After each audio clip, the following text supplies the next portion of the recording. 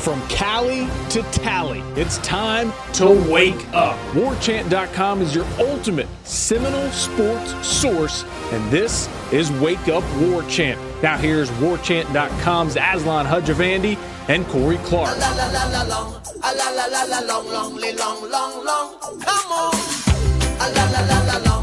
Wake up!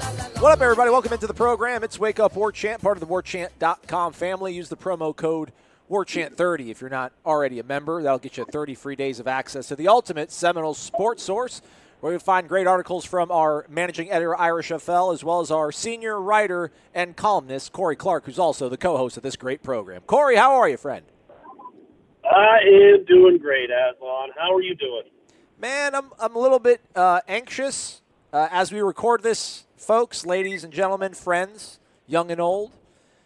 The Battle of Winterfell has not been televised, so I've been kind of a nervous wreck about what's going to happen in Game of Thrones.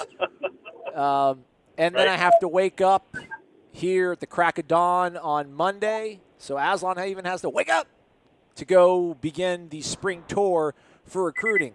I got a question for you, Corey. Say you got to be somewhere at, let's say the commute, it's going to be 15 minutes. And someone says, all right, Corey, I need you here at 8 a.m.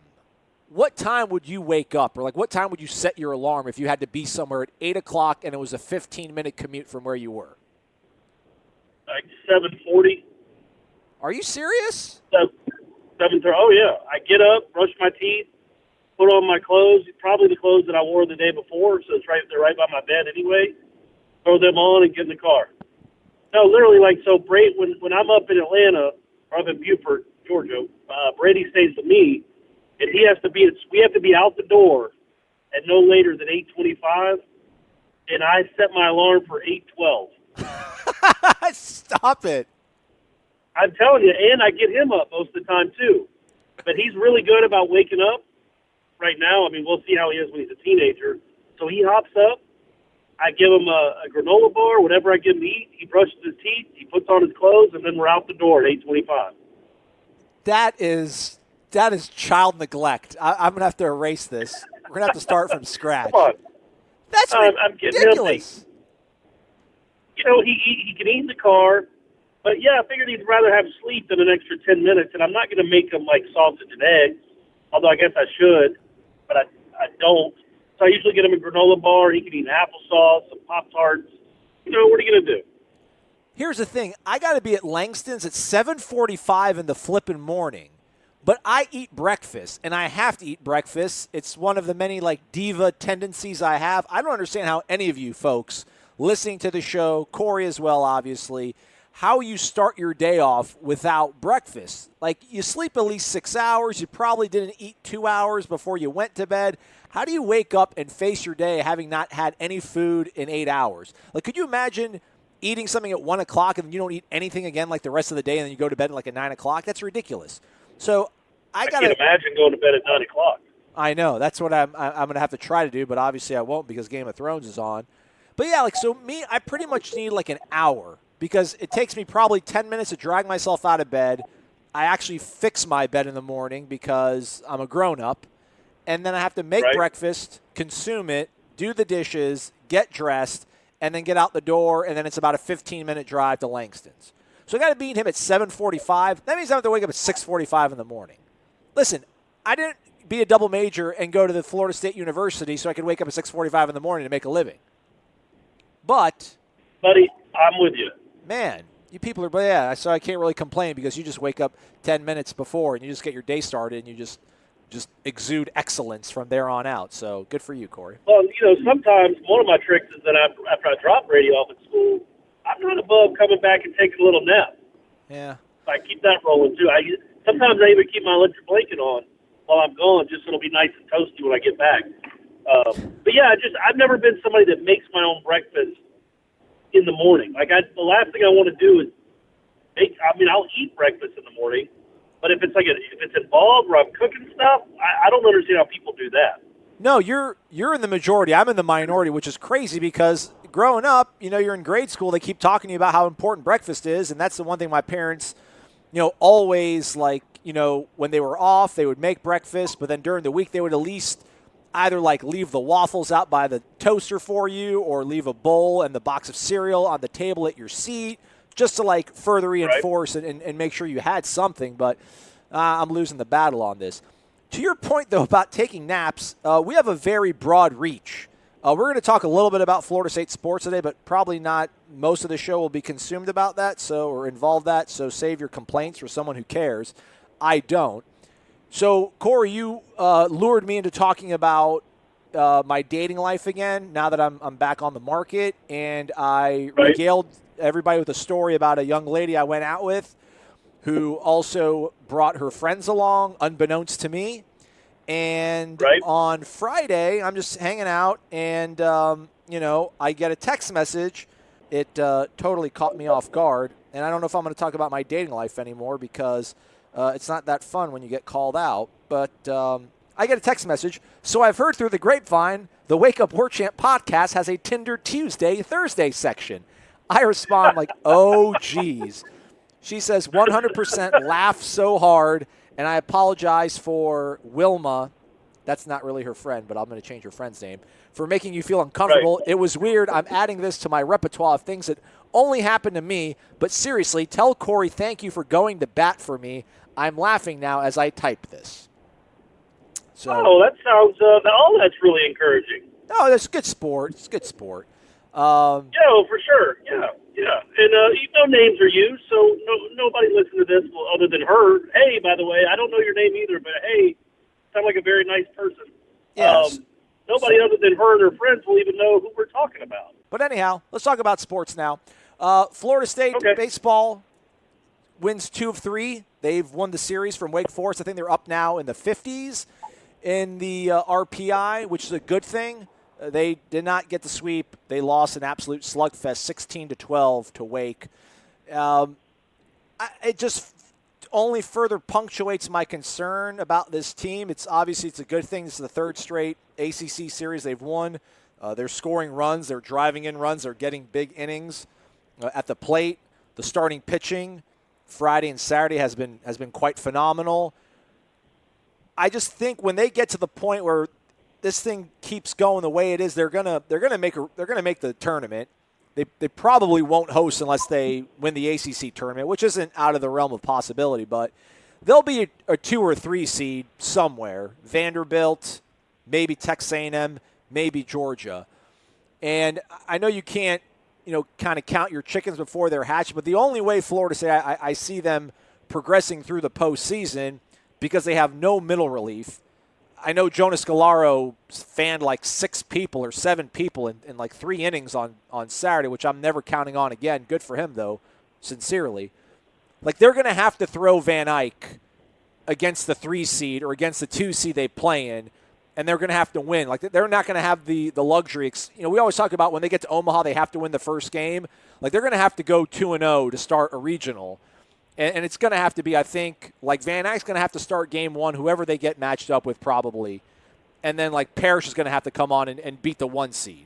Maybe, who knows, though, maybe in a month from now, maybe Van Eyck's actually the number 1 guy. But I just don't see, like, Florida State starting Parrish against a number 3 seed and then Van Eyck having to play a 1 seed like a Vandy in Nashville or an A&M, who I think slugs pretty well in College Station.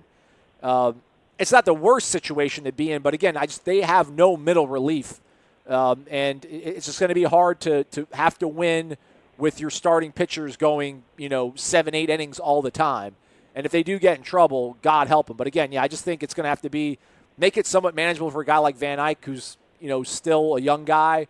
Have him face the number 2 or the 3 team in a regional, and then have you put everything in on winning that game, and then Parrish starts game 2 against a 1 seed. And wins that one, and then you're in a pretty good spot, having to win only one more game the rest of the way, at least to get out of that round. Yeah, I think, though, that's what they would do anyway, even if they were having a normal Florida State season. And we don't know, maybe by the end of all this, it will be a normal Florida State season. Mike Martin almost never pitches his eighth in the first game because it's against the 4. So even last year, that's why the whole thing with Parrish happened in the elimination game. Well, Parrish was the ace of the staff last year, but he didn't pitch the opener because they like to save their ace for the second game. Well, in this instance, it's really the same situation. If you win that first game with Van Eyck, well, then you have Parrish going against the 1 seed, which is what you want anyway. Right now, I mean, the way he's throwing. Yeah.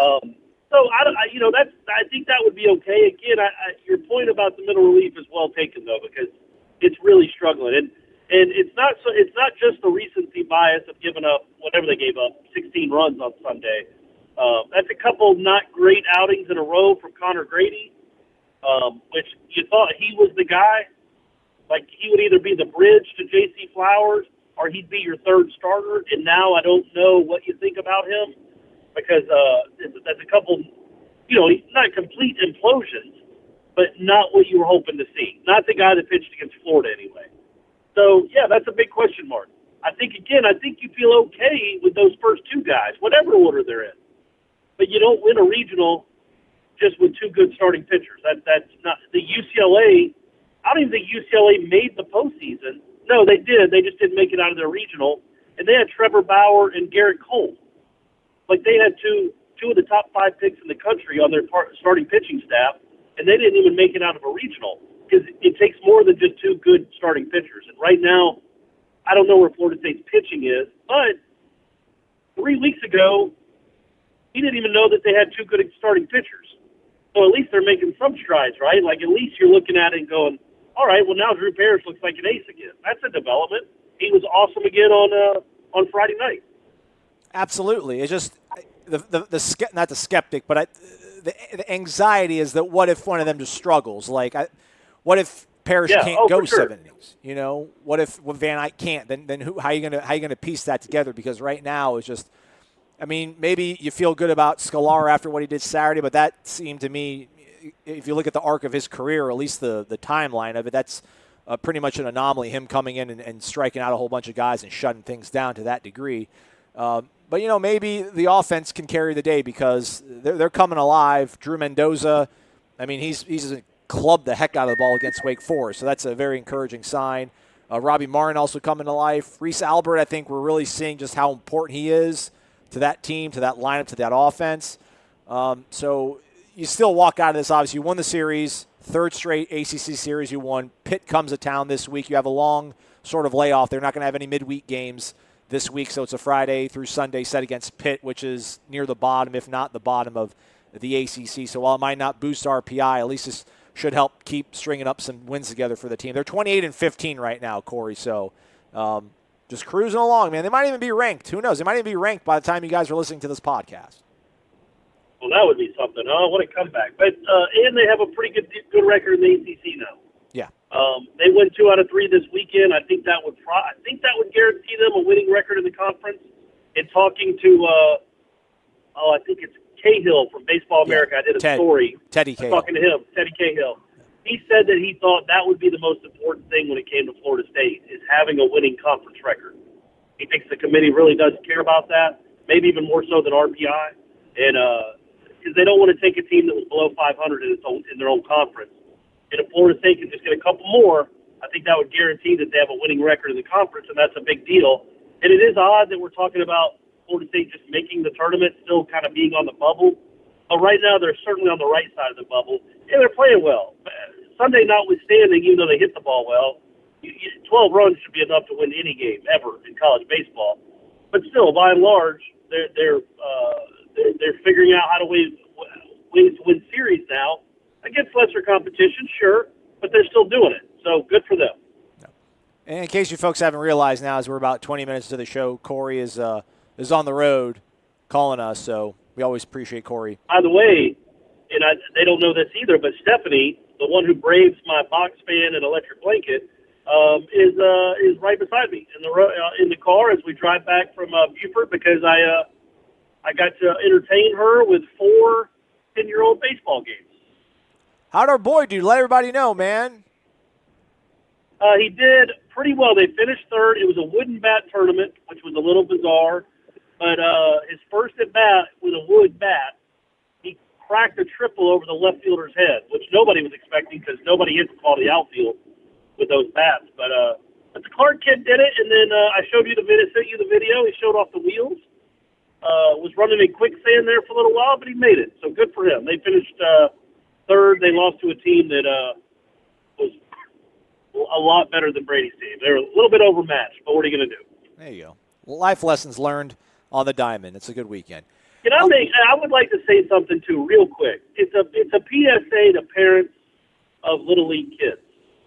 I don't understand. There is an epidemic, apparently, of 9 or 10-year-old baseball boys deciding to chew gum and then just spit it out on a walkway or in the grass instead of being a good person, a good boy, and throwing it away in the garbage. They just willy-nilly just spit it anywhere, apparently, because my shoes are now, the bottom of my shoes are now caked with bubble gum, and I'm tired of it, Aslan. Tired of it. I don't understand it. So parents, some of your kids definitely do it, and you need to stop it. It's the same thing. It's more disgusting almost than putting it under a desk in school. You remember that? How disgusting that was when you feel under a desk and there were 9 pieces of gum, so you're touching everybody's DNA when you brush by it because it's just disgusting. Quit it. Don't raise those types of kids. Anyway, that's my PSA. This PSA brought to you by Clark Enterprises and Clark Incorporated. All right, football. Also, if your kid strikes out, make them run laps. There we go. All right, let's go football. Here we go. Talk a little football. And always, the timestamps are in the item description, so if you braved 17 minutes of nonsense to get the football, joke's on you. You could have looked in the item description and found out when we started talking about it and fast-forwarded through everything. But you miss all the good stuff if you do that. NFL draft rather has wrapped up, if I could talk. 2 Knowles drafted. Obviously, Brian Burns goes first round to the Carolina Panthers. DeMarcus Christmas, the only other Seminole drafted. He went 6th round to the Seattle Seahawks. Some undrafted free agents that it looks like Nooney is going to Seattle, although that has not been confirmed as of this recording. Walvensky-Ame also going to Seattle. Frederick Jones, a.k.a. Fred Jones, going to the Jets. His uncle, Marvin, drafted by the Jets, had an illustrious career with the Jets. He was drafted by the Jets, right? Not the Patriots. Yeah, he was drafted by the Jets, yeah. All right. And then Derek Kelly with the Saints. Supposedly Rod Walker, who I know, he used to work in Mississippi, in his tweet says that he got a $2,000 signing bonus. And then Maven Saunders. All right. Maven Saunders, who used to actually play at Florida State but then transferred to Kansas. I totally forgot about that. Apparently has signed with the Browns. As of this recording, we don't know where Arthur Williams, Jacques Patrick, Alec Eberle, or A.J. Westbrook are, but I'm sure they'll all end up on some sort of roster, on some sort of tryout or free agent basis. So, you keep enabling everybody, Corey, with all these tweets about, the dearth of talent and look how good Jimbo did between 13 to 15 and look at what it's now. No one to blame but Jimbo. So go ahead and give everybody the ammo that hates Jimbo, that this thing has just been stinking bad, and it's not Willie's fault. Well, no, I mean, this draft wasn't Willie's fault. None of them were his players. But, so from 2012 to 2015, those 4 drafts, Florida State had 33 players selected, 15 within the first 3 rounds. So I would say anybody 3rd round or higher you'd call like an impact type of guy. Yeah. In college anyway. Yeah. I think that's fair. And then so they had 33 in those previous 4 years. And then the next 4 they followed that up with having 14 players drafted. I mean, that's a precipitous fall. We all have theories. Heaven knows everybody has theories. No matter what the theory is. And it doesn't have to be Jimbo bashing. I don't care to do that. But they took a pretty precipitous step down in talent. I don't know why. I don't know if it was development. They still recruited the same way. They just didn't develop as well. Or if it was just they didn't recruit as well. They didn't identify talent. They didn't evaluate well. Whatever the case may be, I mean, that's a pretty stark contrast to go from 33 in a 4-year span to 14. And out of those 14, I think 6 were in the first 3 rounds. So it's been a pretty significant step back in terms of talent. And I think the NFL, and number one, I don't think we can just use the NFL as a gauge for whether a team is talented or not. I don't think we can do that because look at who was the tackle for Clemson that didn't get drafted? Mitch Hyatt didn't get drafted? Yeah, I don't think he got drafted at all. How What? crazy is that? In the Dortch kid, I think I might be completely making this one up. I don't know that he got drafted from Wake Forest. And Gerald Willis, I don't think he got drafted from Miami. Yeah, he Those definitely guys were did. very good. Those guys were very good college players. At least Willis was his last year. So that doesn't necessarily mean you can't make the NFL draft the end-all, be-all gauge of a talent on a roster, but it's the best we got. And that just because Lord knows from 12 to 15, Florida State was really good, and I don't think there's it's not a coincidence that it was because they had a lot of NFL caliber players. The last 4 years, what have they lost? 6, 12, 19 games in the last 4 years. Well, that's because they haven't had a ton of NFL talent. And we'll see if Willie can turn it back around. But that's a big drop. I don't know why it happened. I certainly don't think Jimbo forgot how to evaluate or recruit. But something happened where these kids they stopped bringing in. It stopped becoming the pipeline, the NFL pipeline that it was. Well, that was a problem supposedly too, is all these guys were coming here just for the step. The next step, the jump off. They weren't coming here for love of the school, so we're going to start playing the fight song and developing all that sort of stuff. And I'm being facetious here. I'm not blaming Willie, obviously, and I don't put my self-confidence, my self-esteem in my alma mater based on what they do in the NFL draft. But obviously, yeah, none of what happened in Nashville falls on Willie's feet. But next year, when a bunch of guys start going first round, like Marvin and Tamorian and who else? Maybe somebody in that defensive backfield might go first round. Maybe we realize that, the Jimbo guy still kind of had some idea of what he was doing. But that's crazy. Yeah, man, Greg Dortch did not get drafted, man. Even the guy from West Virginia, their wide receiver, Sills, he didn't get drafted either. That's bizarre, man. Yeah, I don't, and I really don't get. I mean, I obviously I'm not smart enough to understand the nuances of playing left tackle or right tackle or left guard, but Mitch Hyatt was good, and he was a 4-year starter on a team that always went to the playoffs, and I think he allowed like 5 sacks in his career. I don't quite know what they're looking at, but again, I wouldn't say that you couldn't look at the recruitment and development of Mitch Hyatt and say that Clemson failed because he wasn't drafted. So it's too easy to just put it all so much stock on the NFL draft. But again, I just thought that was pretty stark, and it was pretty illuminating. This roster hasn't been nearly as talented as we thought. Jacques Patrick was a nice player. He wasn't an NFL caliber running back. Good player. I thought he was a very good college player. But maybe if you have, a great running back there, it changes. I mean, we saw that with Dalvin, how important that was. So anyway, and I'm not trying to take a shot at Jacques Patrick, but some five, that's 4 or 5 5-stars when you think about him and George Campbell. And I'm sure there are a few others that I'm not thinking of right now that didn't become maybe the NFL caliber players that we thought they would. But that happens with everyone. I really don't know. And hopefully, I mean, I think Marvin, I think Tamori and Terry, I think those guys are potential first-round picks. I definitely think they're NFL picks. But after that, yeah, man, I don't know. Stanford Samuels, maybe? He has a chance. Levante, maybe? You look at that roster right now and say, okay, there's going to be 29 players drafted off this team, or 25. It doesn't feel like that right now. So Willie's got to get it back, baby. He's got to get it back. You hear me, asshole? Yeah, I hear you. Although you're breaking up on us, so we'll probably try to wrap this up here in the next few minutes. Speaking of Willie, I think I'm about to hit a good sell. Okay. I'm about to run through a town. All right. That's always a good thing. Really great column up on warchant.com from our own Irish O'Fell, managing editor of warchant.com, on the comments that Willie made at the Atlanta Booster Stop. And again, we're parsing words in the middle of April, trying to just give you guys something to stay in touch with your favorite team and something to talk about. The whole comments thing, and we mentioned that a little bit on the last show. The whole, wait, I'm not handing the keys over to Kendall. Let's all chill out now. I think some really good insight from Ira on that.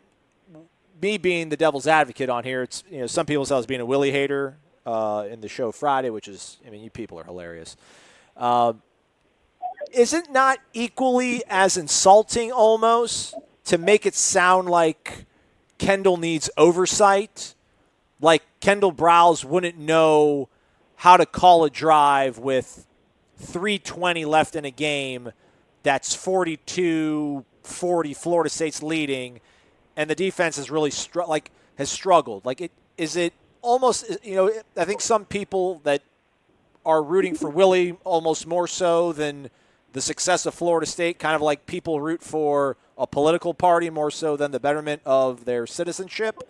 Think that it's such an insult for people like me to say that, yeah, man, give the keys to Kendall, leave him alone, and figure out what else you want to do with your time as the CEO of the football team. But isn't it almost as insulting to make it sound like Kendall needs oversight? Like Kendall, I get the whole big picture thing of Willie's going to want to know what Harlan can do and be successful in a certain game, and what Kendall thinks they can do successfully on offense in a game, and then he'll be the one that sort of dictates it. I get that, but I mean, you brought in Kendall Browse for a reason. His resume speaks for itself. I just don't understand really what people are clinging to the fact that they're battling with it. This still needs to be Willie's offense, and Willie still needs to be first and foremost out front of everything.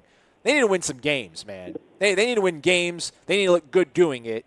And I think the easiest path of that is pretty much for Willie to be the CEO, be the guru of emotion, tap into people and see what they need, coach them up, love them up.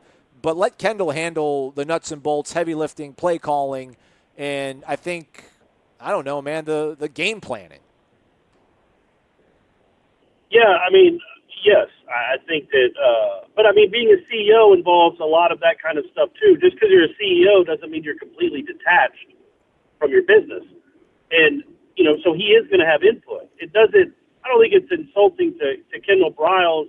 It might be to be like, hey man, how about we run the ball twice here? You know what I mean? Hey, I don't necessarily think Willie's going to be doing that. I think it might be more and Jimbo used to talk about this, because he hated these types of offenses because they never took the defense into account and playing in symmetry with the defense. And I do think that there's a part of that. An offensive coordinator will get so caught up maybe and let's just score. And obviously that's what you want. It's better than punt, which is what we saw last year. But you have to have some, maybe slow it down some. You don't have to snap the ball with 30 all the time. So if Willie just goes to Kendall and say, hey, right here, man, we need to snap it at 11. We need to start slowing this game down a little bit. That's all that is, right? Yeah. I don't think that's insulting because that's his job. I mean, he gets paid $5 million to win football games. The best way to win football games is to score a lot of points. But also, the main way to win football games is to just score more than your opponent. And so Jimbo was really good at that at the beginning, especially, you remember that 2009 team couldn't stop anyone. Well, he called the offense accordingly, even though he wasn't the head coach at the time. I mean, he did call the offense accordingly. And I think Willie, you hope it plays out a similar way, where if the defense is having trouble stopping the other team, give them a break. Make it a 7-play 4-minute drive instead of a 7-play 1.5-minute drive. Whatever. I mean, it's just little things like that. But I think he will have some input in the game plan. He is going to help a little bit, but they're not paying this guy $1 million to be Walt Bell. They're paying him $1 million to come score a bunch of points and do it how he has to do it. And I think that'll be what really proves to be true in September. My thing is just he's been in a lot of battles. I think Kendall Browse knows how to. I mean, I get it to the point of he's baby programs to score because he's the OC. He's not thinking about, I would imagine he's still thinking about what's left on the clock, how many timeouts they have left. All that sort of stuff is factoring into his mind. Obviously, Willie's there to lend a helping hand in those sort of situations. I just find it a little bit amusing that for all of his foibles, Lane Kiffin is probably seen as maybe one of the better play-calling guys in college football, that he brought in Kendall Browse and literally was like, it's not my playbook. I'm not calling the plays. It's all him. And, people think that for some reason, if Lane Kiffin had that much faith in Kendall Browse that, he was going to let go to that degree, that Willie shouldn't. Again, this sounds probably screwed up, and I don't mean it to, but, I can't foresee, certain things that Willie's going to see schematically that Kendall hasn't seen before in his life. And I just don't see there's like some sort of secret play going on or some tendency that Willie's going to be able to pick up on that Kendall can't. I mean, if he does, that's awesome. I don't think it'll be something like that. I think it'll be something like, hey, man, Anthony Grant needs some carries. We've got to get Anthony Grant some carries. Just like, hey, man, Labor needed him last year. And he didn't, he got one touch in that first game and then didn't get another touch. And it was like an electric 38-yard play, and they didn't give him the ball again. Like, I think Willie Taggart would be, from a CEO standpoint, like, hey, we need to get Anthony Grant some touches. Or we need to throw the ball to whoever, Trayshawn Harrison. We need him to feel – there's a lot that goes into coaching a player and coaching a team. Make a kid feel like he's number one, he's contributing because they play better. You got to get a kid out of a slump. Stuff like that where we're like, if he thinks that Anthony Grant is the key to the 2020 football season, he thinks he's an NFL talent, it's going to be a huge part of the 2020 football season. Well, maybe he wants to get him some at-bats in 2019, even though he's got two guys in front of him. I think it's that kind of stuff, right? Like, hey, man, I'm looking. Kendall Briles' sole job is to just score points with his best players. Willie Taggart's job is to win games this year, next year, the year after. So he might look at some things a little bit differently and have a little bit different viewpoint of, hey, I know Cam has had a really good game, and he has a chance to get over 200 yards. I want Anthony Grant to get some confidence. So we're putting him in this drive. Just stuff like that, right? I think that's more the CEO type stuff. I don't think Willie Taggart's going to be like, hey, man, I saw the linebackers cheating towards the flat, so let's hit something over the middle. I don't foresee him doing something like that as much as looking at the big picture for his football team. I agree, and that's the thing. I don't think the input is going to be the difference between winning and losing. I think this team offensively is going to win or lose games based on what Kendall Briles knows and calls Absolutely. And how it's executed.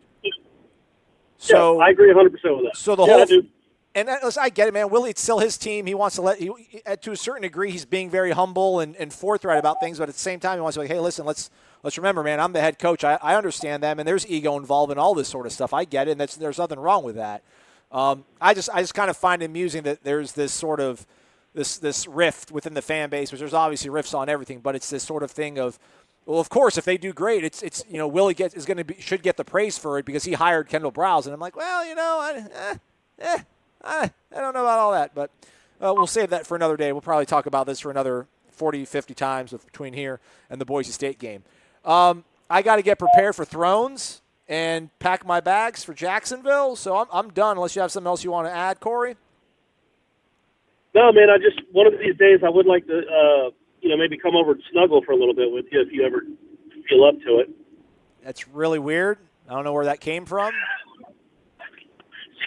Well, it was, hey, you know what it was called? It's a callback from our Tinder conversation at the beginning of the show. Okay. So you're not going to watch. I thought it was funny. When are you going to watch Thrones? I'm going to watch Thrones when I get home. I'm going to watch the midnight showing on HBO. Okay. I think they replay it tonight. They better. I'm going to be really upset. Yeah. But I think they replay it tonight, so I'm going to stay off Twitter. West Coast. Yeah, West Coast. All right, man. There you go. Sweet. We'll be back most likely on Wednesday. I don't know how many shows we're going to do this week, but we'll be back. We'll Thrones it out there. We'll talk about the Battle of Winterfell, where that leaves us, where we go next. And we'll also do a Renegade Express. Hopefully we'll have another good, robust bag of really great questions. That was a really good show. I felt good about it. A lot of people liked it. So for Corey, I'm Asal. Thanks for listening, everybody. Have a great Monday. WarChant.com is the ultimate inside source for FSU football and recruiting. And now you can get in on the action for free for an entire month. WarChant.com is offering a risk-free 30-day trial subscription. Get full access to the #1 website covering the Seminoles just by entering the promo code WarChant30. That's WarChant30. Sign up and get in on the world's most active FSU message boards. Receive breaking news, stories from our award-winning staff, plus get exclusive interviews and videos. Just enter the promo code WarChant30. WarChant.com, your ultimate Seminole sports source.